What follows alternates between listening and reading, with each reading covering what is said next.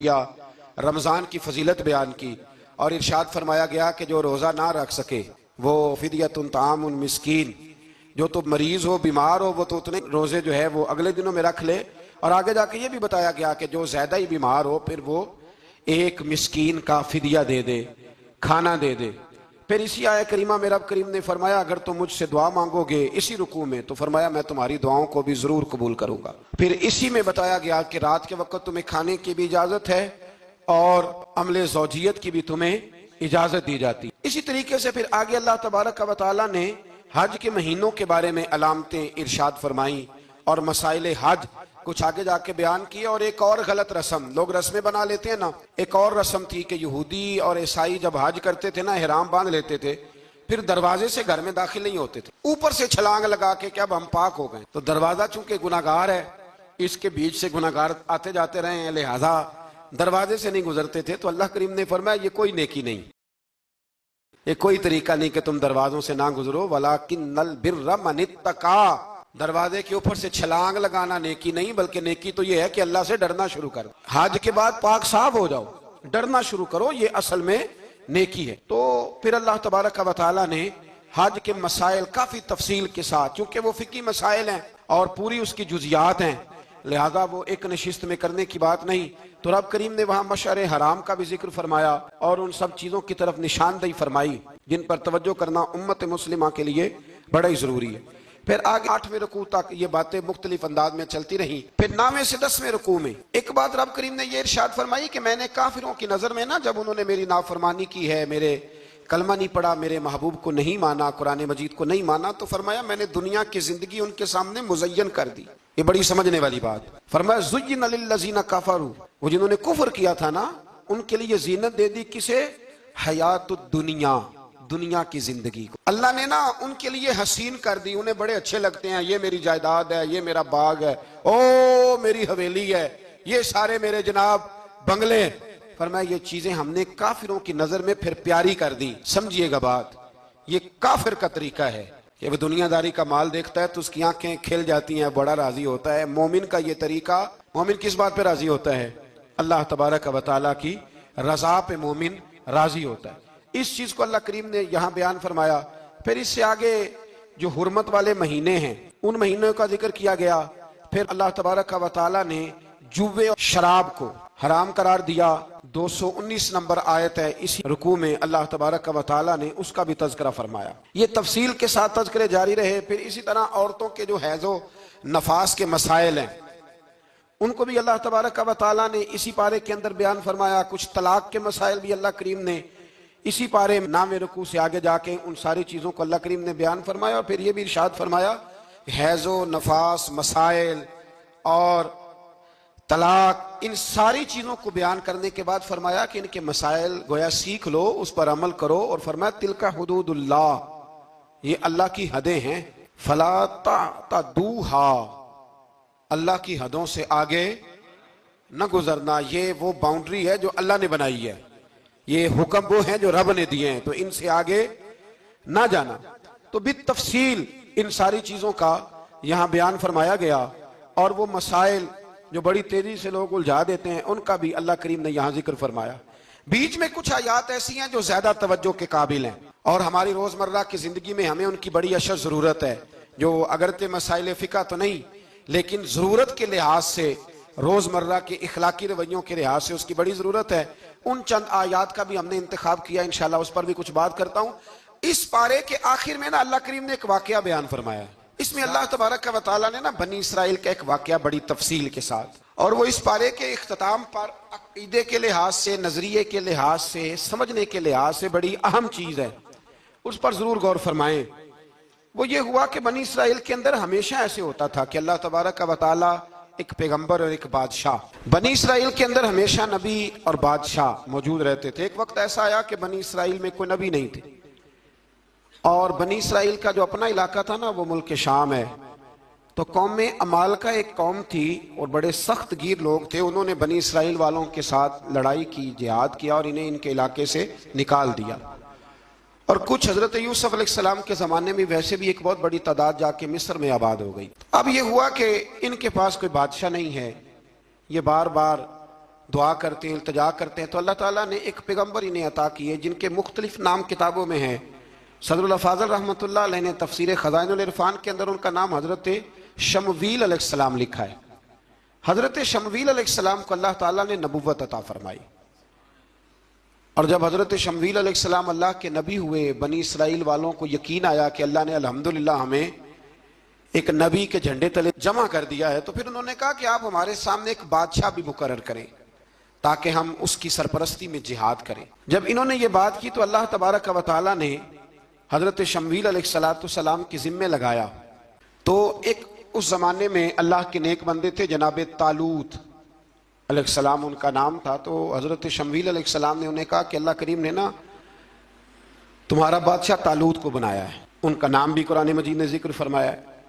तो बनी इसराइल के लोग कहने लगे ये तो गरीब आदमी है, वो बकरियां चराया करते थे, लेकिन इल्म में बड़े पुख्ता थे, वजूद में बड़े ताकतवर थे। तो कहा कि ये तो गरीब आदमी है, तो हम तो ज्यादा हक रखते थे कि हमें बादशाह बनाया जाए। तो हजरत तालूत अलैहिस्सलाम के बादशाह बनने के बाद हजरत शमील अलैहिस्सलाम ने जो बात की, अल्लाह करीम ने उसे कुरान मजीद में बयान फरमाया। रब फरमाता है बस्ततन फिल इल्म वल जिस्म, इसे इसलिए तुम्हारा बादशाह बनाया गया है कि इसे हमने कुशादगी दी है, इल्म में भी और जिस्म में भी। बड़े माशाल्लाह मोटे ताजे थे, वजूद बड़ा ताकतवर था। कुछ मोटे ताजे होते हैं पर ताकतवर नहीं होते, मोटे ताजे भी थे और ताकतवर भी थे। फरमाया कि वजूद में भी ताकत है और इल्म में भी अल्लाह ने इन्हें वुस्अत अता फरमाई। तो बनी इसराइल वाले कहने लगे जी नहीं जी, कोई बंदा और आ जाए, ये हमारा बहुत बड़ा मसला है ना जी, हर एक की मर्जी की ना तो बात हो सकती है और ना हर बंदा हर एक की मर्जी पर पूरा। कहने लगे नहीं जी, कोई और होना चाहिए था, हमें कैसे पता चलेगा कि अल्लाह ने मुकर्रर किया है। बड़ी खास बात है, इसको समझिएगा, ये सारा मजमून आपको मिलेगा इसी पारे के आखिर में आप पढ़ेंगे ना जी, तो ये सारा मजमून आपको मिलेगा। और आप अगर सरसरी नजर से भी इसका मुताला करेंगे ना, जाके कुरान शरीफ खोल के 15वें से 16वें रुकू में, आप खुश होंगे कि आप कितने अच्छे नजरिए और अकीदे के मानने वाले हैं।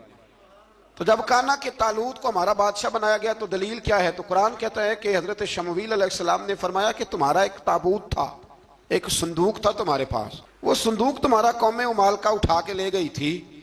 इनके बादशाह होने की दलील ये है कि अल्लाह तुम्हारा वो संदूक तुम्हें वापस कर दे, वो तुम्हारा संदूक तुम्हें वापस कर देगा। उस संदूक में क्या है? वो हजरत आदम जन्नत से साथ लेके आए थे, उसमें था क्या? तो कुरान मजीद कहता है कि उसके अंदर ना हजरत हारून अलैहिस्सलाम और हजरत मूसा अलैहिस्सलाम के तबर्रुकात थे। तबर्रुकात, कल मैं एक मौलवी देख रहा था, बेचारा एक बंदा ना मस्जिद नबी के साथ गुलाफ और शायद कोई कफन था, वो मस्जिद नबी की दीवारों से मास कर रहा था। तो वो कह रहा था नहीं इससे क्या होता है, तबर्रुक कोई चीज़ नहीं, अच्छे अमाल की वजह से बंदा बख्शा जाएगा।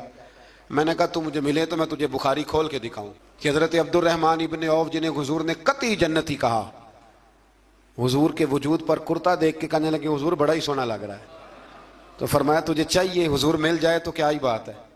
नबी पाक ने अता किया तो सहाबा कहने लगे अब्दुर्रहमान आपको तो जरूरत नहीं थी, आपके पास तो बड़े लिबास हैं, तो ये कुर्ता हुजूर ने कबूल कर लिया, कोई लेके आया और आपने मांग लिया। तो वो रो पड़े, कहने लगे पहनने के लिए नहीं मांगा, ये हुजूर के जिस्म से लग गया है, मैंने कफन बनाने के लिए मांगा है।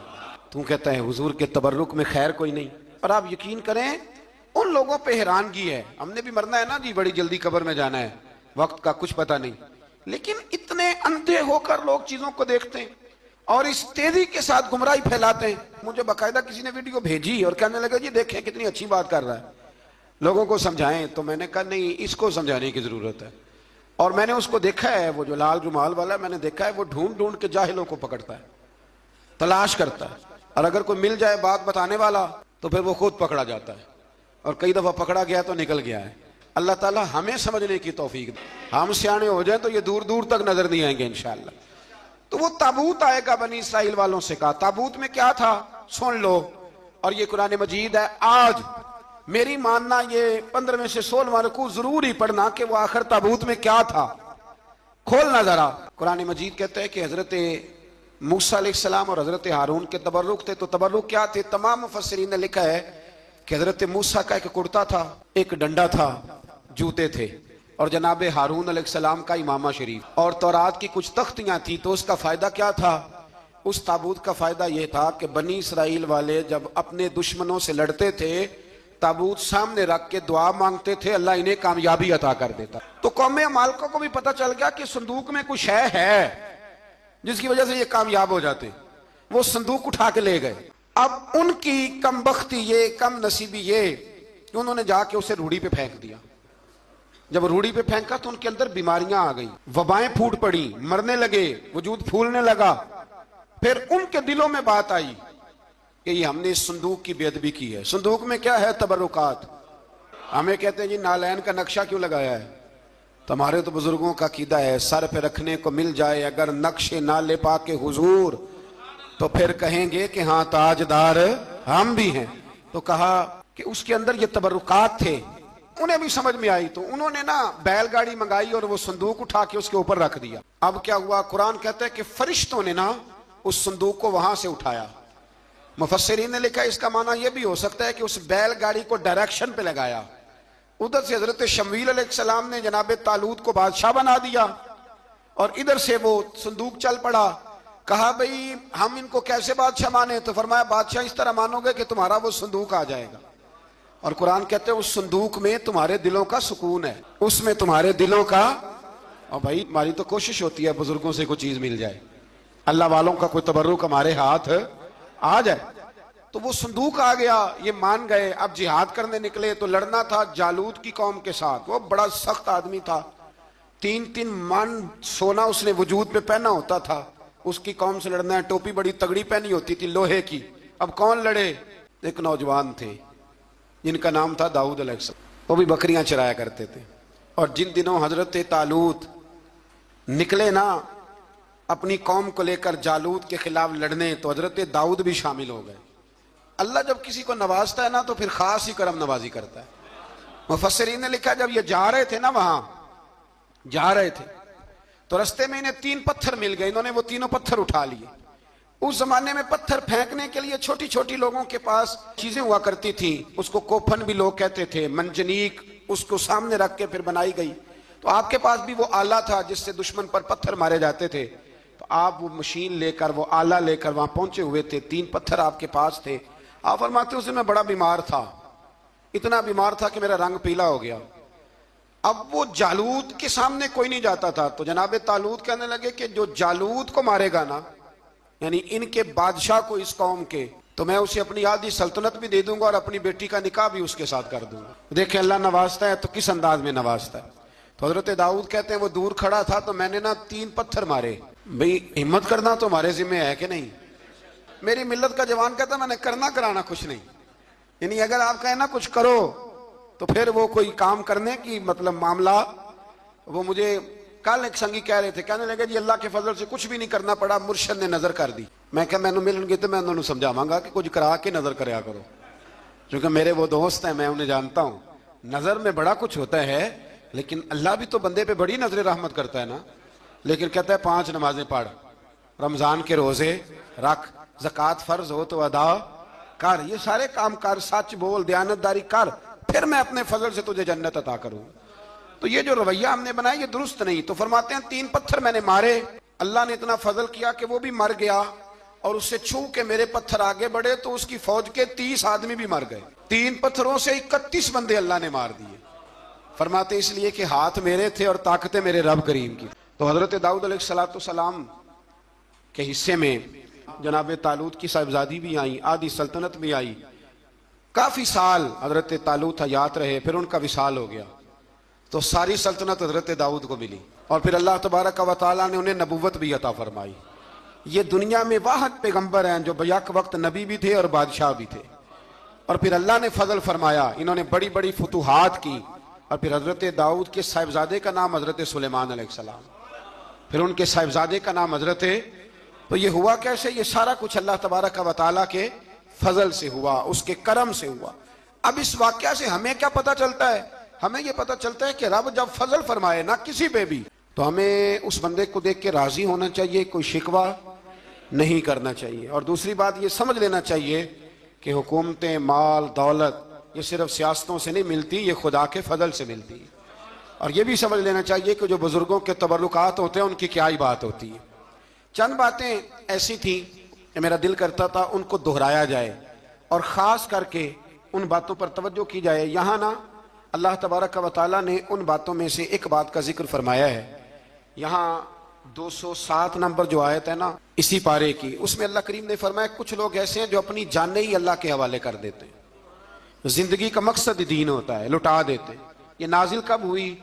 यह आया मुबारक हजरत सुहैब रूमी के बारे में नाजिल हुई।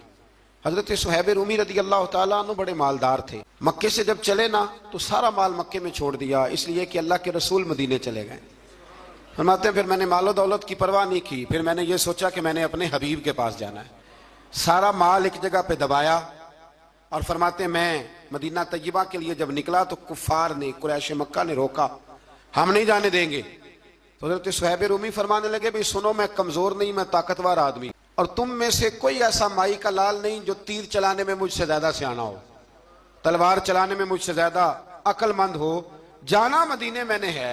अब यह है कि तुम बताओ मेरे साथ तीरों तलवारों से लड़ोगे या मैं तुम्हें एक सौदा बताऊं वो सौदा करोगे?